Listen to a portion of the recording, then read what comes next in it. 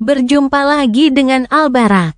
Kita lanjutkan cerita Budak Bayangan. Jangan lupa share, like, komen, dan subscribe. Budak Bayangan bab 1711, di atas es tipis. Rain siap menginjak es ketika ada sesuatu dalam dirinya yang berteriak. Mungkin karena perubahan halus dalam suara-suara di belakangnya, atau mungkin karena perubahan arus angin. Mungkin secara tidak sadar dia menyadari bayangan itu bergerak tidak wajar di sekelilingnya. Bagaimanapun, dia tidak ragu sedikit pun sebelum menjatuhkan tubuhnya. Seorang prajurit yang berpengalaman tidak akan membiarkan dirinya dikuasai oleh naluri, tetapi mereka juga tidak akan mengabaikannya. Bagaimanapun juga, insting seorang pejuang adalah hasil dari latihan berjam-jam dan pengalaman bertempur yang kaya. Darah, keringat, dan air mata digunakan untuk mengasahnya menjadi alat penyelamat hidup. Rain menghindar, dan sesaat kemudian, sisi tubuhnya ditusuk oleh kilatan rasa sakit yang menyilaukan. Dia berputar di udara dan menghantam es, berguling-guling. Sesaat kemudian, Rain sudah berdiri, meluncur mundur sambil memegang lembing di antara dirinya dan musuh. Erangan teredam keluar dari bibirnya. Sang pemburu sedang memutar kapak perangnya yang aneh, beberapa tetes darah mengotori bilah hijau beratnya, brengsek. Rain melirik sebentar ke bawah untuk menilai kerusakannya. Tidak ada yang serius, kapak itu hampir tidak menggoresnya, meninggalkan luka panjang di tulang rusuknya. Namun, jika dia bergerak sedikit lebih lambat, kapak itu akan membelahnya seperti kayu. Lebih banyak jahitan, agak aneh memang, tetapi dia lebih kesal karena harus memperbaiki pakaiannya daripada menerima luka. Bagaimanapun, tubuhnya jauh lebih tangguh daripada pakaian yang sudah usang itu. Kau bajingan! Begitu kata-kata itu keluar dari mulutnya, iblis itu melangkah maju. Tiba-tiba, mereka dikelilingi oleh keheningan. Sang pemburu memasuki tanah lapang yang luas, sepatu botnya yang berlapis baja terbenam ke dalam salju. Bersamaan dengan itu, Rain menjauh dari sosoknya yang menjulang tinggi. Mereka bagaikan predator yang menakutkan dan mangsanya yang tak berdaya, predator yang bersiap untuk serangan mematikan. Mangsa yang mengangkat duri-durinya dengan harapan sia-sia untuk menyelamatkan diri. Tombak yang berat biasanya memberi Rain rasa percaya diri, tetapi di hadapan penguasa hutan beku yang mengerikan, tombak itu tampak seperti cabang pohon willow yang rapuh. Ayo, mendekatlah. Dia perlu membujuknya masuk ke kedalaman rawa. Namun, yang membuat Rain marah, kekejian itu berhenti setelah hampir menginjak es. Kegelapan yang bersarang di helmnya bergerak mengejek, dan dia mengangkat kapak, mengarahkannya ke arahnya. Terkutuklah kamu, iblis itu sama pintarnya dengan dia. Jadi, dia tampaknya dengan mudah mengenali ancaman yang ditimbulkan oleh lapisan es tipis yang menyembunyikan rawa berbahaya itu. Rain sudah menduga hal itu. Dia tersenyum muram dan terus melangkah mundur, jarak di antara mereka semakin bertambah setiap saat. Setan itu cerdas, tetapi mereka juga benar-benar gila, seperti semua makhluk mimpi buruk. Dia bisa membiarkan dirinya menjauh dari pertempuran jika dia mau. Tetapi bisakah sang pemburu membiarkan jiwa manusia lepas dari cengkeramannya? Dia tidak berpikir begitu. Dan memang, di luar sana, di tepi rawa yang beku, jari-jari iblis itu bergerak-gerak. Dia menatapnya tanpa suara, membuat kulit Rain merinding, lalu mengeluarkan geraman histeris. Geramannya terdengar dari dalam helm si pemburu, yang bentuknya menyerupai moncong binatang buas. Mulut Rain tiba-tiba kering. Benarkah? Wah! Ayo jemput aku kalau begitu.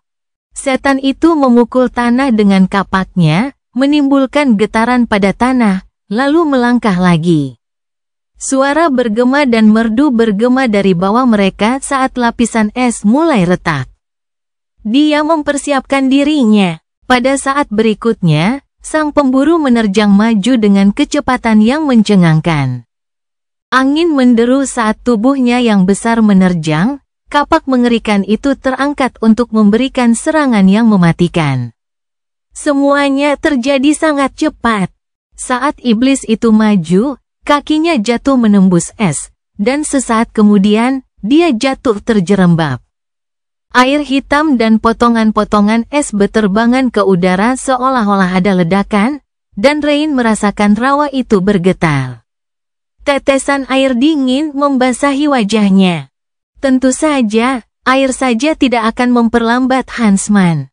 Seorang manusia akan menjadi tak berdaya karena harus berjuang melawan beratnya, tetapi iblis yang bangkit cukup kuat untuk mengangkat beban seperti itu tanpa usaha apapun.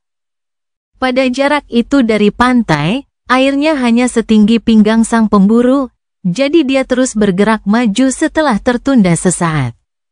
Tapi, tetap saja, itu bukan danau atau sungai.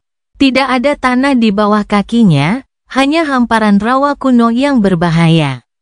Meskipun para kekejian berhasil mencegah dirinya tenggelam, untuk saat ini, kecepatannya tetap menurun.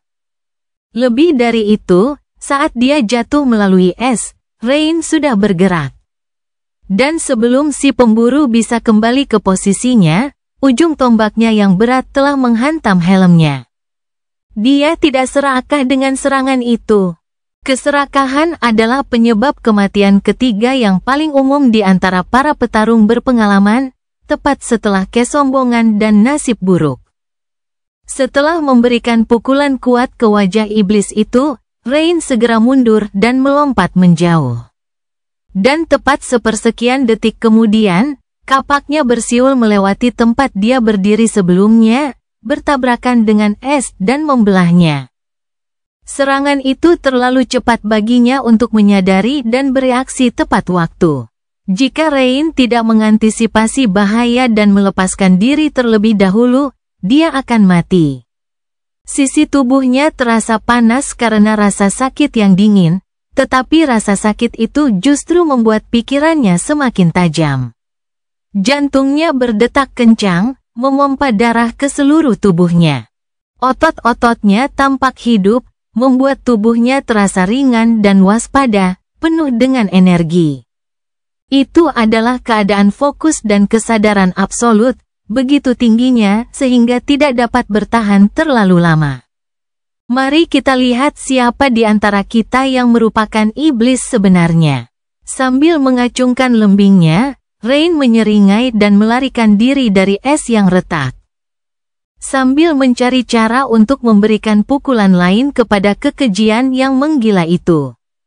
Budak Bayangan bab 1712, Pemecah Kebekuan. Kurang dari semenit kemudian, hamparan rawa beku yang luas telah berubah menjadi pemandangan kehancuran yang dahsyat. Salju putih bersih tersapu bersih, es pecah dan pecah, pecahan-pecahannya mengambang di air hitam seperti kaca kotor. Airnya sendiri gelisah, mendidih dan beriak akibat gerakan-gerakan si pemburu yang ganas dan gas yang keluar. Rawa itu mencoba menelan kekejian yang mengamuk itu, tetapi malah dihajarnya. Setan itu akan tenggelam semakin dalam dari waktu ke waktu, tetapi kemudian melepaskan diri dari pelukan rawa yang berbahaya itu.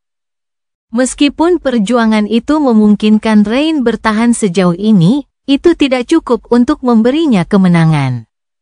Dia bernapas dengan susah payah. Rain terus mundur semakin dalam ke rawa, dan iblis itu terus mengejarnya seperti algojo gila. Dia telah melancarkan lebih dari selusin serangan kepadanya. Tetapi tidak ada yang menimbulkan kerusakan serius. Bahkan ketika lembingnya menembus letakan baju besi si pemburu, rasanya seolah-olah dia mencoba memotong bulu yang basah. Rain memang menimbulkan beberapa kerusakan pada daging iblis yang tersembunyi, tetapi tidak cukup berarti. Pada saat yang sama, Tubuhnya sendiri tidak dalam kondisi yang baik, dia tidak terluka oleh kapak perang yang mengerikan itu lagi, jadi hanya ada sedikit darah, secara relatif, namun, ada memar. Faktanya, setelah dilempar ke sana kemari oleh kekuatan pukulan iblis yang dahsyat, Rain merasa seluruh tubuhnya hanya memar sekilas, sekarang. Dan itu pun jika mempertimbangkan bahwa dia bertarung dengan hati-hati dan pengecut semampunya. Sang pemburu memiliki anggota tubuh yang jauh lebih panjang, dan kapak perangnya memiliki jangkauan yang jauh lebih jauh daripada pedang hitam yang diberikan gurunya. Jadi, bahkan jika Rain bersedia mengambil risiko berhadapan langsung dengan kekejian itu meskipun dia lebih lambat dan lebih lemah darinya, dia akan memiliki keuntungan besar. Cerita-cerita suka berbicara tentang keterampilan yang tinggi dan tekad yang tak tergoyahkan, tetapi dalam pertarungan yang sesungguhnya, hasilnya seringkali ditentukan oleh hal-hal yang paling biasa. Jangkauan mengalahkan keterampilan, dan berat badan jelas mengalahkan kemauan. Yah, mungkin berbeda bagi mereka yang telah bangkit, yang kekuatannya menolak mematuhi akal sehat. Namun bagi seseorang seperti Rain, memiliki senjata yang lebih panjang berarti lebih sering menang. Itulah sebabnya dia belum menghunus pedangnya, melainkan mengandalkan lembing yang berat. Tidak apa-apa, lembingnya dibuat dari bahan yang sama dengan anak panahnya. Dan bukan hal yang mustahil bagi manusia biasa untuk meninggalkan goresan pada tubuh kekejian yang telah bangkit. Faktanya, sangat mungkin untuk membunuh satu dari mereka, hanya saja agak sulit. Keadaan akan berbeda jika Rain berhadapan dengan Valen Nigma Kritur, tetapi sekali lagi, dia tidak akan pernah membiarkan dirinya berakhir dalam situasi seperti itu. Gurunya menugaskannya untuk membunuh Awakened Demon justru karena bukan hal yang mustahil baginya untuk berhasil. Itu hanya, sang pemburu ternyata jauh lebih tangguh dari yang diantisipasinya. Rain mengira tidak akan berdaya melawan baju zirahnya, tetapi bahkan ketika ia berhasil melewatinya, hasilnya sangat minim. Seolah-olah ada lapisan perlindungan lain yang tersembunyi di balik baju zirah hijau berkarat itu. Sesuatu harus berubah. Iblis itu sama mendominasi dan menakutkan seperti sebelumnya, gerakannya sama menakutkannya. Rain, di sisi lain, mulai merasa lelah. Dia tidak hanya harus menyerang dan menghindari kapak yang mengerikan itu, tetapi dia juga harus berhati-hati dengan es. Jika dia jatuh di bawahnya, maka dia akan mati karena jebakannya sendiri. Dan karena semakin banyak es yang pecah, menjauh dari rawa hitam menjadi semakin sulit. Paru-parunya terasa seperti terbakar. Dan bukan hanya karena dia mendorong tubuhnya yang tangguh terlalu jauh, udaranya juga berbau busuk, penuh dengan gas busuk yang dilepaskan ketika es yang membungkus rawa itu pecah. Sesuatu harus segera berubah. Untungnya, perubahan akan segera terjadi. Tidak jauh di belakangnya, dan semakin dekat dengan setiap rangkaian serangan dan kemunduran yang panik, ada pohon yang bengkok. Pohon itu sendiri tidak berarti apa-apa, tetapi fakta bahwa pohon itu berdiri di tengah rawa berarti ada cukup tanah di sana untuk menopang akarnya. Ada pulau kecil di bawah pohon, yang bisa menyelamatkan Rain, atau menghancurkannya. Persetan dengan itu, Rain hendak melangkah mundur lagi, tetapi kemudian berhenti dan berdiri tegak. Tubuhnya menegang seperti pegas yang kuat, dan melonjak dengan kekuatan. Dari kakinya ke pahanya, melalui inti tubuhnya ke bahunya. Dan akhirnya ke lengannya, kekuatan yang kuat ditransfer dan digandakan, dan saat tubuh Rain berputar, lengannya melesat maju seperti cambuk. Dia melepaskan lembingnya. Senjata berat itu melesat menembus udara dingin, menukik ke bawah kapak sang pemburu, dan menusuk dalam celah pelindung dadanya yang berkarat. Kekuatan lemparannya cukup dahsyat untuk membuat iblis itu terdiam sesaat.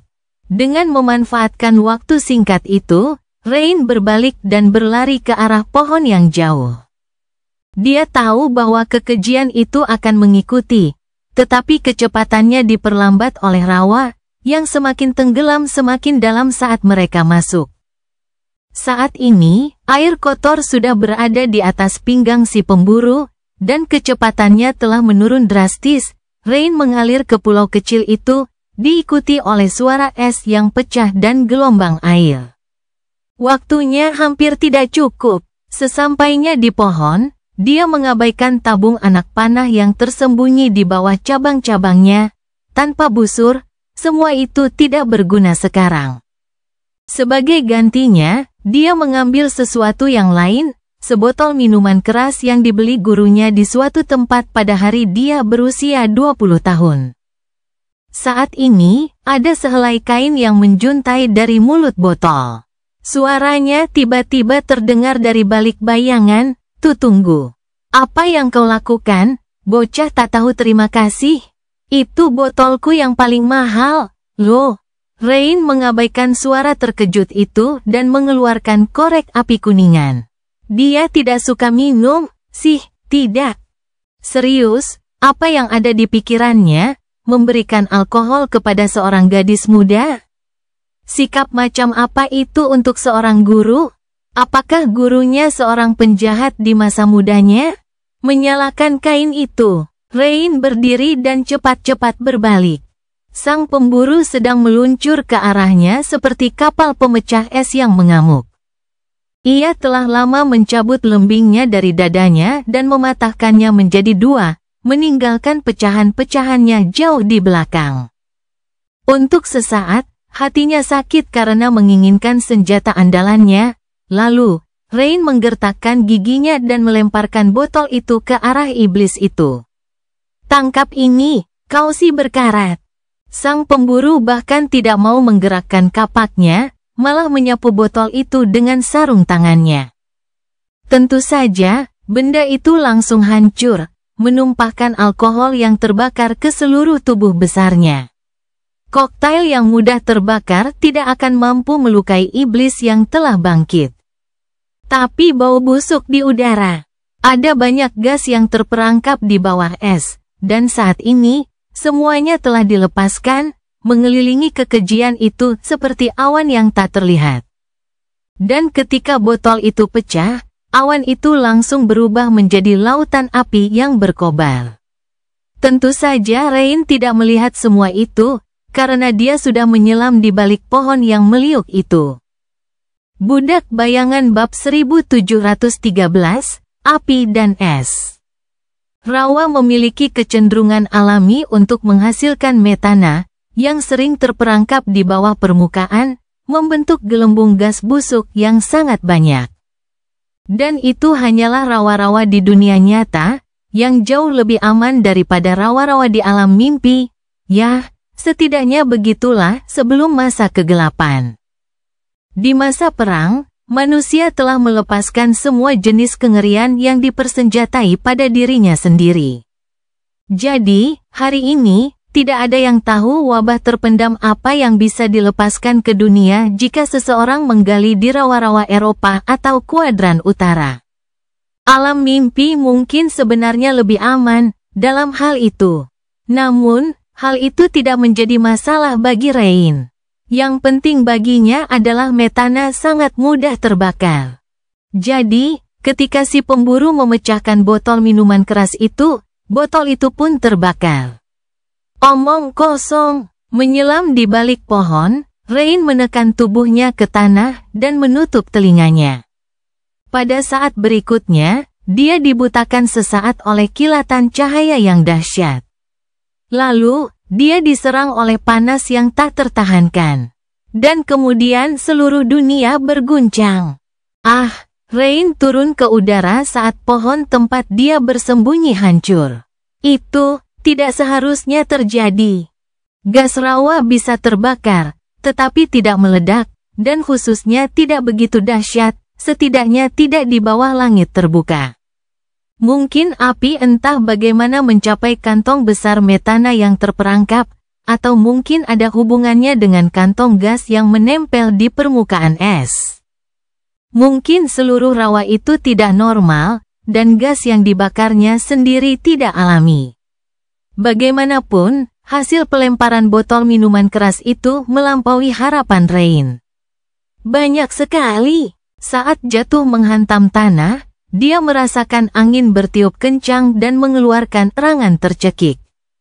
Berguling-guling di antara dahan-dahan, Rain jatuh ke air dangkal dan berhenti. Itu menyakitkan. Dia terluka dan linglung, tetapi tidak ada waktu untuk hal-hal yang tidak penting seperti rasa sakit dan disorientasi. Membuka matanya, Rain memasukkan udara ke paru-parunya, batuk sambil menghirup asap, lalu perlahan berdiri.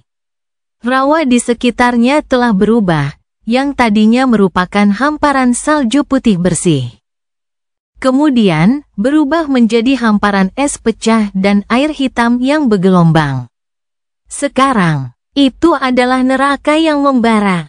Api hantu menari-nari di permukaan air hitam berkilauan, dan udara dipenuhi asap.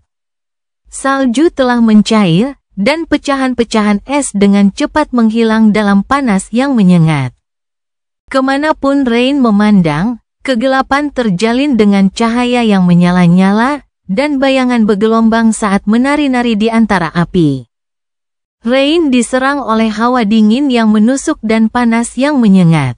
Kemejanya basah oleh air rawa yang dingin dan keringat pada saat yang bersamaan, yang merupakan kombinasi yang mengerikan. Abu yang dioleskannya pada dirinya sendiri untuk menutupi baunya telah hilang. Luka di sisinya berdenyut nyeri. Luka itu harus didisinfeksi berkali-kali. Dia menghela napas panjang. Pada saat yang sama, pedangnya berdesis ketika meninggalkan sarungnya. Sambil memegang gagang hitam itu dengan kedua tangan, Rain melangkah maju dan meninggalkan air dangkal, kembali ke tanah pulau kecil itu. Tidak ada api di tempat dia berdiri, dan hampir tidak ada api di pohon yang bengkok itu, atau tunggul yang membara, tadinya. Namun, dinding api menjulang di tepi seberang pulau itu. Saat Rain mengambil posisi, dinding api terbelah, dan sesosok tubuh yang lamban muncul, melangkah ke pulau di tengah suara logam yang berdenting. Sang pemburu tampak agak kuyuh. Lumut yang menutupi baju besinya telah berubah menjadi abu, dan salah satu tanduk rusa yang menutupi helmnya patah. Ada bara api yang menyala di celah-celah pelindung dadanya, dan hidung Rain diserang bau bulu yang terbakar. Kekejian itu telah kehilangan jubahnya yang compang camping, tetapi kapak perang yang mengerikan itu masih tergenggam erat di tangan besinya, meskipun gagangnya yang panjang tampak hangus. Tingginya hampir 2 kali lipat Rain, iblis kuno itu menjulang tinggi di atasnya seperti malaikat maut. Kegelapan yang tersembunyi di celah pelindung matanya yang buas itu penuh dengan amarah yang membara. Tetapi dia tidak dapat menahan diri untuk memperhatikan bahwa sang pemburu membungkuk sedikit, seolah-olah menderita luka parah. Bibirnya membentuk senyum gelap yang bertentangan dengan keinginannya. Sayang sekali, tidak ada tempat bagiku untuk mundur sampai api padam. Apa kau bersedia menunggu dengan sabar selama 1 atau 2 menit? Alih-alih menjawab, sang pemburu malah mengangkat kapaknya yang mengerikan. Mata gelap Rain berbinar. Tidak kusangka begitu. Kalau begitu, aku akan membunuhmu bajingan di sini. Sedetik kemudian, dia sudah bergerak. Tentu saja, si pemburu juga bergerak.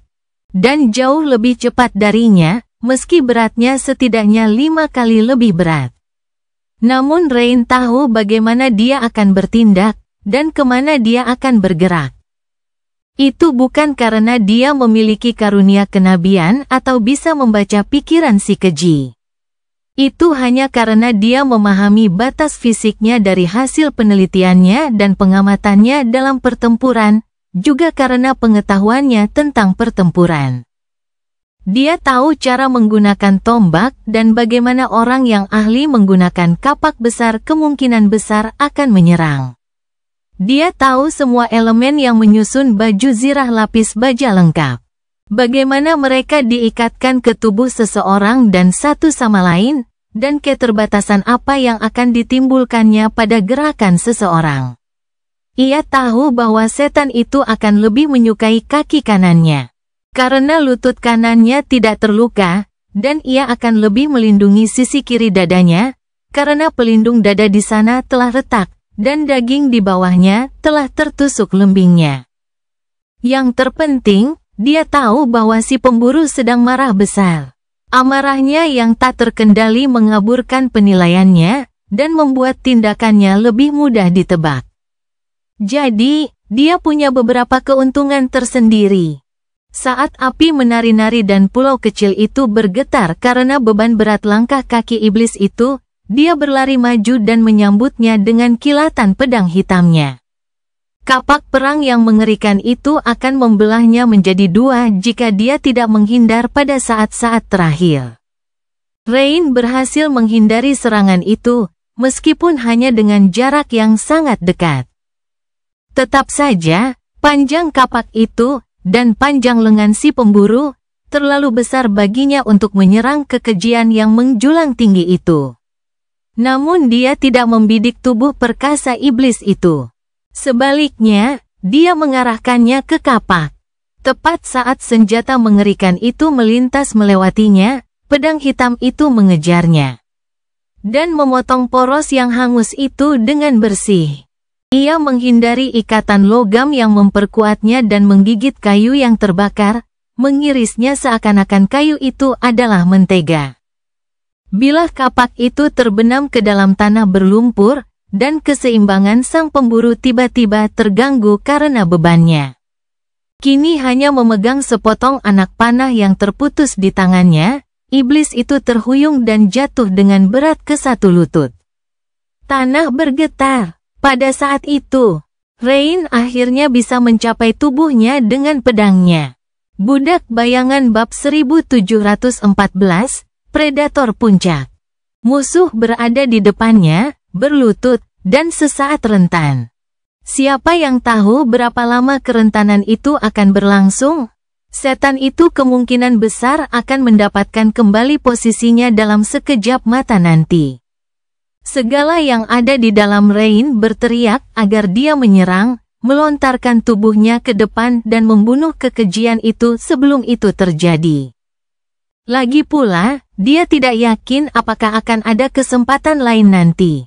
Adrenalin membanjiri aliran darahnya, dan jantungnya berdebar kencang. Pupil matanya melebar, pikirannya tenggelam dalam kegembiraan, ketakutan, dan urgensi yang tak terkendali. Tapi, pada saat yang sama, kenangan akan suara arogan guru itu terngiang di telinganya, "Memar? Apa maksudmu, itu akan meninggalkan Memar? Dengarkan, murid. Kau seharusnya berterima kasih kepada gurumu yang baik dan lembut karena telah mendidikmu dengan begitu lembut. Terakhir kali aku melakukan kesalahan seperti itu, aku diinjak oleh gunung.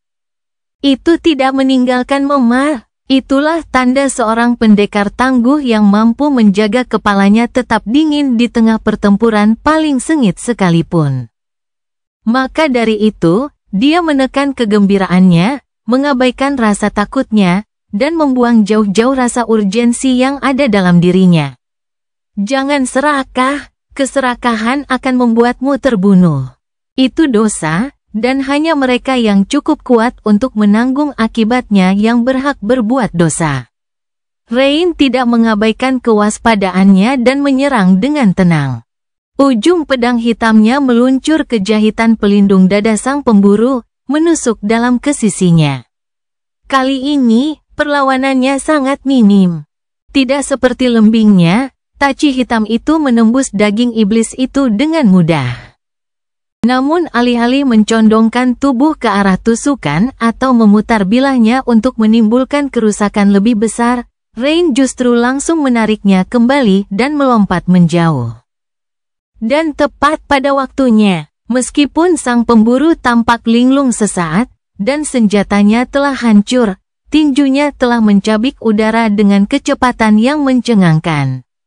Jika Rain terlambat sedetik untuk melepaskan diri, kepalanya akan berubah menjadi bubur berdarah. Saat itu, dia punya cukup waktu untuk menangkis dengan taci gelap dan menerima pukulan mengerikan dari bilahnya. Ia terlempar ke belakang seperti boneka kain. Itulah hasil yang diharapkan.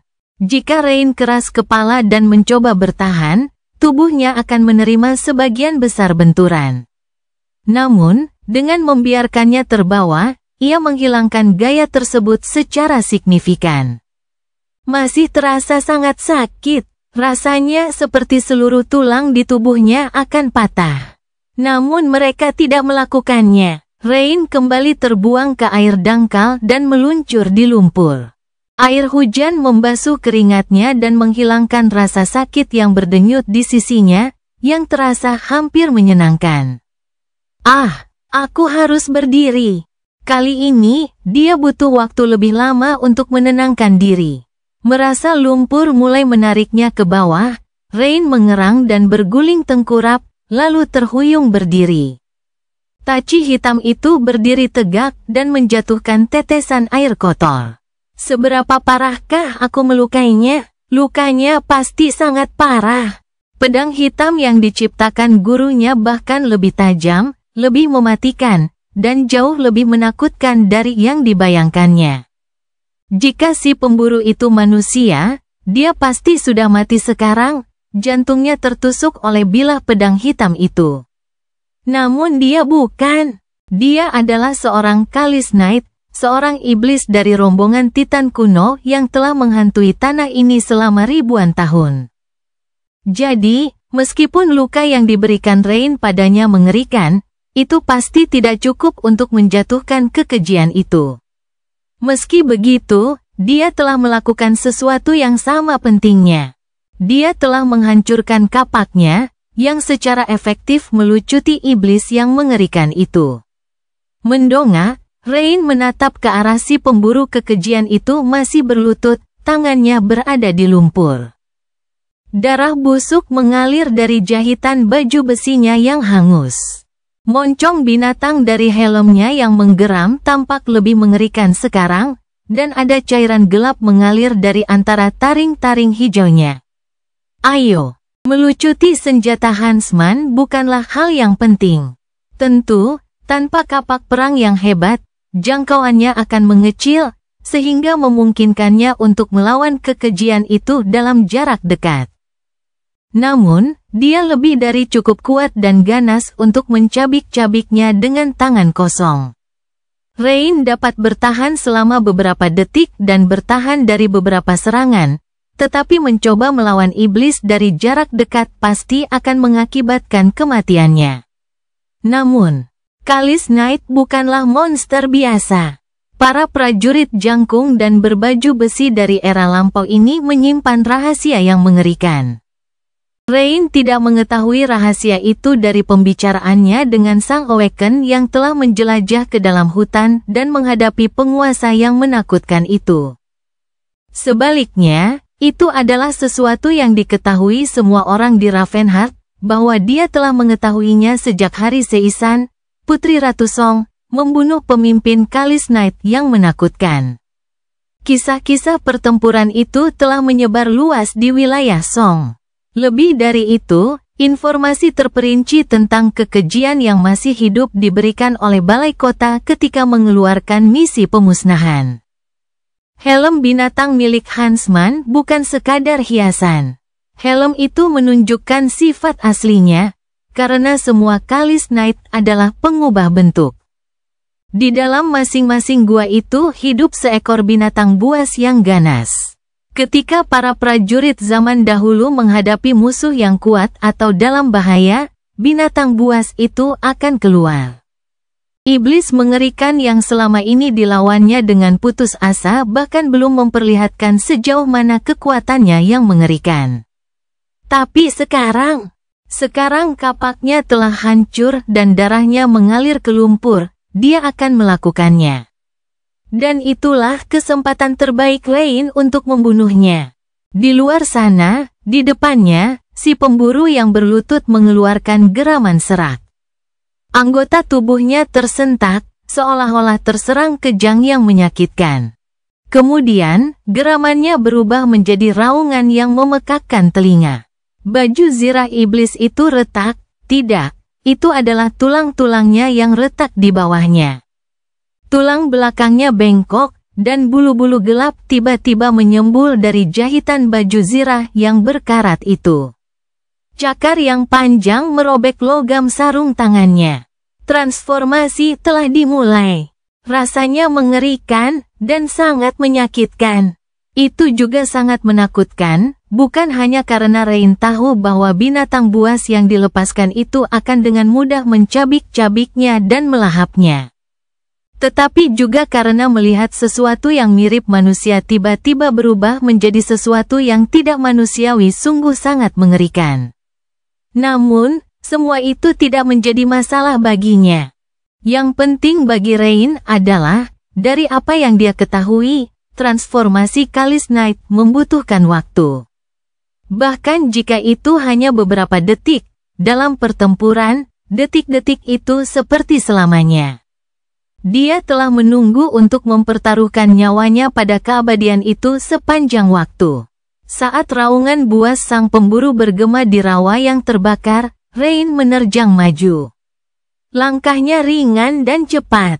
Sebelum iblis itu bisa mengambil bentuk aslinya, sebelum gema raungan itu ditelan oleh bayangan. Dia mendekati makhluk keji yang berlutut itu dan mengacungkan pedang hitamnya. Pedang hitam itu mendesis dingin saat membelah dunia. Dan juga leher si pemburu. Kegelapan yang bersembunyi di celah pelindung matanya menatapnya dalam diam ketika pertumbuhannya tiba-tiba terhenti. Dan helm binatang itu melayang ke udara, pancuran darah gelap tumpah darinya dalam bentuk spiral saat berputar. Itu adalah tebasan yang bersih. Tebasan horizontal dilakukan dengan bentuk yang sempurna, berkat ribuan ayunan latihan yang telah ia lakukan di bawah bimbingan ketat dari para gurunya. Kepala terpenggal sang pemburu jatuh ke dalam air dan tenggelam ke dalam rawa yang menimbulkan riak. Tubuhnya yang tinggi besar bergoyang pelan, lalu ambruk. Rain pun bergoyang dan tergeletak di lumpur di sebelahnya. Ketegangan terkuras dari tubuhnya, tetapi begitu pula seluruh kekuatannya. Dia bernapas dengan suara serak, sambil menatap langit di kejauhan. Api sudah padam, tetapi dia masih dikelilingi oleh panas yang mengerikan. Yah, baguslah. Setidaknya aku tidak akan mati kedinginan. Dalam keheningan penuh asap yang terjadi setelahnya, sebuah suara tiba-tiba bergema, terdengar sangat tidak pada tempatnya dalam pemandangan mengerikan ini. Itu suara tepuk tangan. Rain dengan lelah menoleh dan menatap gurunya, yang akhirnya merasa perlu untuk merangkak keluar dari bayangannya. Suaranya terlalu keras. Selamat, kamu telah membunuh iblis yang bangkit, Kalis Knight. Dia tersenyum dan menambahkan lebih pelan, nadanya berubah hangat, bagus sekali. Budak Bayangan bab 1715, tidak ada mesin cuci di Ravenheart. Bagus sekali, Rain baru saja membunuh iblis yang bangkit, tetapi mendengar pujian gurunya anehnya sama melegakannya. Atau lebih tepatnya, hal itu membuat tindakan membunuh sang pemburu terasa lebih bermakna. Bagaimanapun juga, itu adalah perasaan yang menyenangkan. Terlalu lelah untuk bergerak dan seluruh tubuhnya terluka, dia hanya berbaring di lumpur dan beristirahat. Pandangannya tertuju ke langit, yang sama kosongnya dengan pikirannya. Merasa terlalu malas untuk berpikir, Rain hanya diam dan menikmati momen itu, tidak terganggu oleh hawa dingin yang mulai menyerang. Saat itu, api hantu sudah sebagian besar padam, hanya beberapa lidah api kecil yang menari-nari di sana-sini di atas rawa yang porak-poranda. Saat ia melamun, gurunya menghilang entah kemana. Tak lama kemudian, ia muncul dari balik bayangan, membawa busur, ransel, dan barang-barang lain yang ditinggalkannya di pinggiran hutan. Setelah meletakkan sebagian besarnya di tanah, gurunya kemudian berjalan mendekat dan dengan hati-hati menutupinya dengan mantel musim dinginnya. Di sini, jangan sampai masuk angin. Rain tersenyum tipis, menikmati kehangatan itu. Sementara itu, gurunya mendekati mayat si pemburu, menatapnya dengan rasa ingin tahu, dan menendangnya sedikit. Kemudian, dia mengitarinya perlahan, sambil menggumamkan omong kosong dengan nada pelan, "Kalis Knight. Kalis Knight, tunggu, jangan bilang padaku. Apakah mereka bajingan malang yang meminum nektar Jade Queen?" Tak lama kemudian, tak ada yang tersisa selain nafsu birahi. Mungkin saja begitu.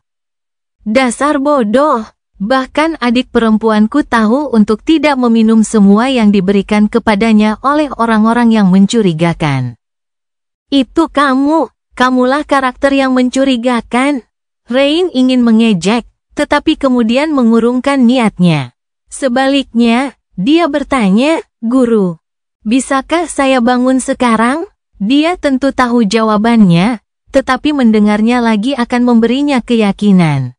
Dia tersenyum. "Baiklah, kau telah membuat kemajuan besar dan belajar bagaimana merasakan esensimu. Aku cukup yakin bahwa menyerap pecahan jiwa iblis ini akan menjadi jalan terakhir dan menjadi katalisator untuk membuat esensimu bangkit. Tentu saja, itu saja tidak akan membuatmu menjadi seorang yang bangkit." Gurunya menatap lumpur dengan ekspresi cerewet, lalu meraih ke dalam bayangan dan menarik keluar sebuah kursi kayu mewah. Menaruhnya di tanah, dia duduk dan mengeluarkan pandangan puas. Masalahnya adalah tidak akan ada wadah untuk menyimpan esensi Anda, dan tidak ada jembatan antara jiwa dan tubuh Anda.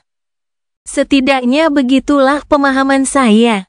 Namun, Anda akan mampu mengendalikan esensi Anda, dan dengan mengendalikannya, Anda akan mampu menciptakan wadah seperti itu, yang merupakan jembatan itu sendiri. Inti jiwa. Ini akan membutuhkan waktu dan usaha, tetapi dengan tingkat pencerahan Anda, saya yakin Anda akan berhasil dengan sangat baik. Ketika Anda benar-benar membentuk inti jiwa, saat itulah Anda akan mengalami kelahiran kembali dan menjadi tercerahkan. Rain mendengarkan suaranya dalam diam, lalu mendesah. "Berapa lama waktu yang dibutuhkan?" Gurunya terkekeh. "Saya tidak tahu. Itu sepenuhnya tergantung pada Anda.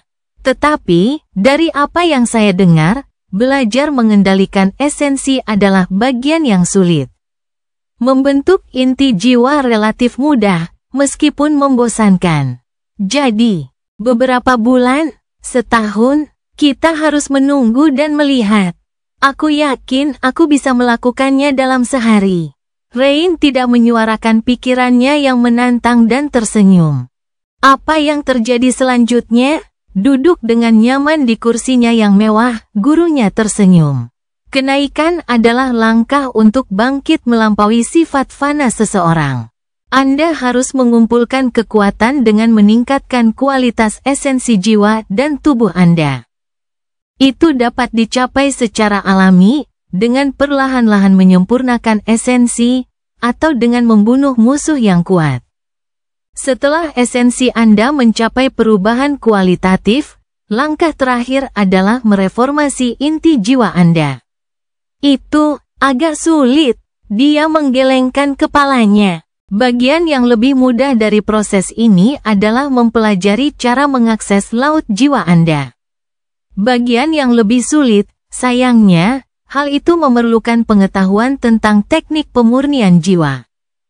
Di masa lalu, banyak teknik seperti itu yang diketahui oleh kita manusia, tetapi sayangnya, warisan itu telah hilang. Saat ini, semua orang hanya mengandalkan mantra mimpi buruk. Rain mengangkat sebelah alisnya. "Jadi, apa? Aku tidak bisa naik. Haruskah aku pergi dan melompat ke mimpi buruk?" Gurunya mengerutkan kening. "Tidak bisa naik? Menurutmu siapa gurumu?"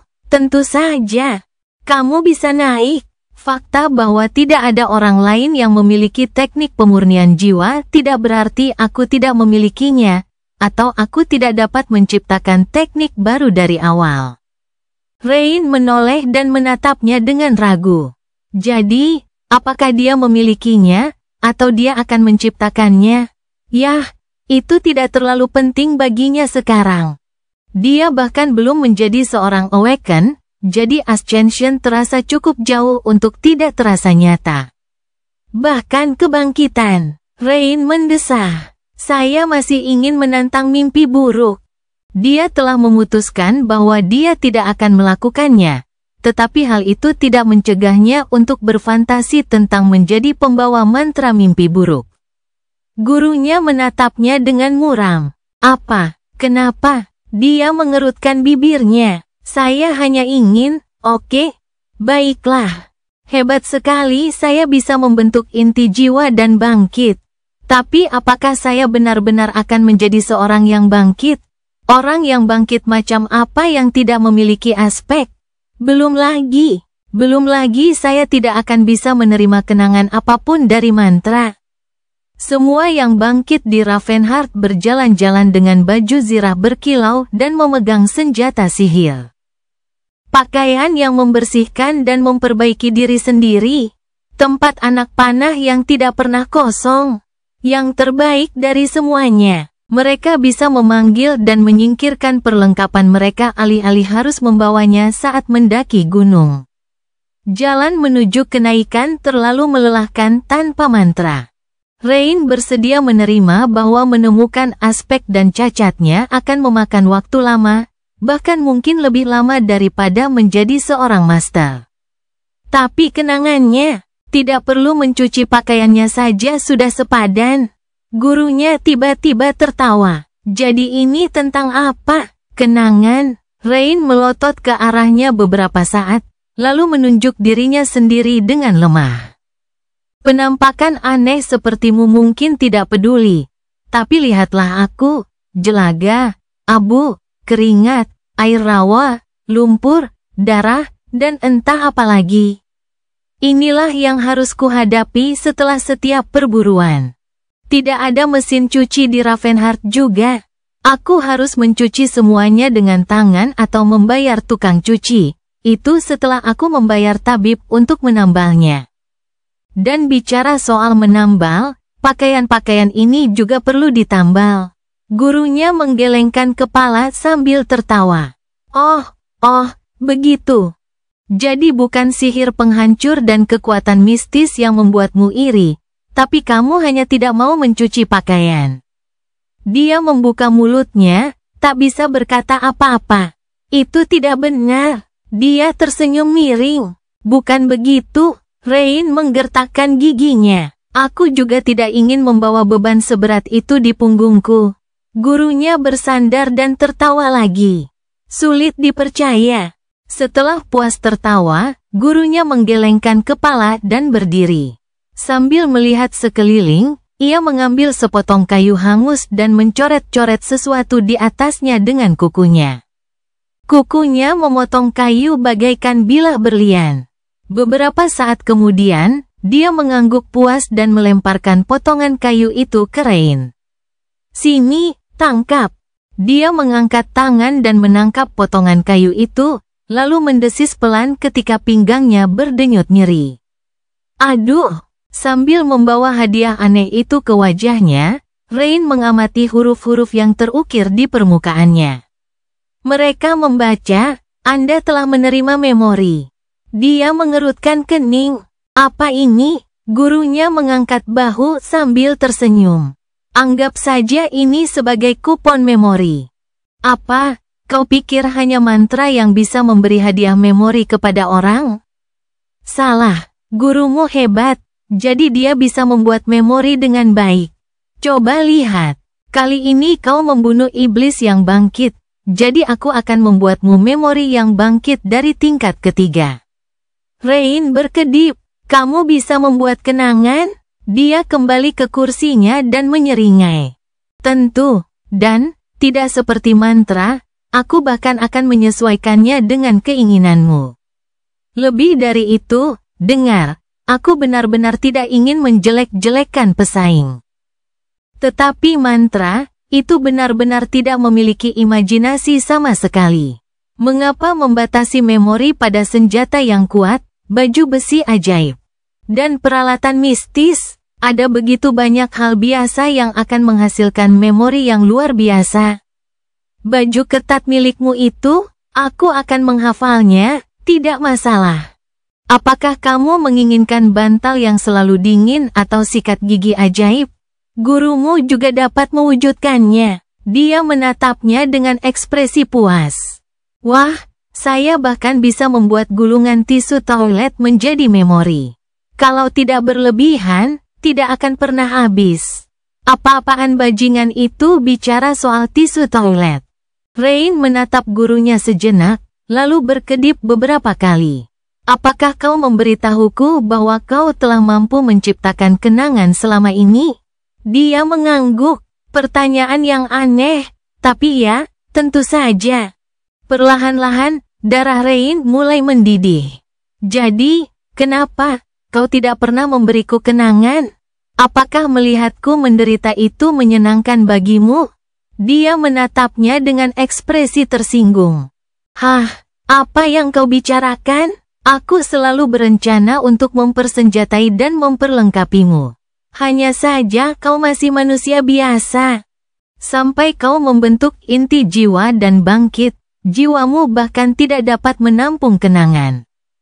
Salahkan dirimu sendiri karena begitu lambat. Apa susahnya menjadi manusia pertama dalam sejarah yang bangkit secara alami? Ya, apakah aku meminta banyak? Dia menarik napas dalam-dalam lalu berbalik, menatap langit lagi. Sungguh dewa yang pelit dan menyebalkan. Siapa yang bisa membuat kenangan? Perlahan-lahan, beberapa pikiran muluk memasuki benaknya. Namun setelah beberapa saat, Rain mendesah. Baiklah, cukup bagus. Guru memang hebat. Tentu, aku tidak akan memiliki aspek, tetapi memiliki kenangan sudah hebat. Menerimanya langsung dari seseorang alih-alih mendapatkannya dari mantra agak aneh. Kurasa, itu tidak jauh berbeda dengan bagaimana warisan mewarisi kenangan dari klan mereka. Gurunya mengerutkan kening, lalu tiba-tiba terkekeh. Hei, sekarang setelah kupikir-pikir, bukankah kau sendiri seorang legasi? Kakakmu yang hebat dapat menyediakan semua yang dapat disediakan oleh klan legasi, dan lebih dari itu. Dia menatapnya dengan pandangan menghina. Oh, guru sekarang seperti klan legasi? Jadi, apakah kamu punya relik legasi? Dia memiringkan kepalanya sambil tersenyum. Sebenarnya ada beberapa dari mereka.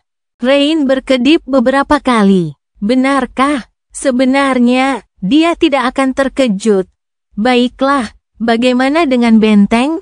Dia menyeringai. Benteng? Tentu, aku punya salah satunya. Itu adalah kuil besar yang dibangun dari marmer hitam, diselimuti kegelapan abadi. Memang, itu sedikit perlu diperbaiki, tetapi apa yang bisa kau lakukan? Bentengku hampir setua alam semesta. Suasana di sana luar biasa.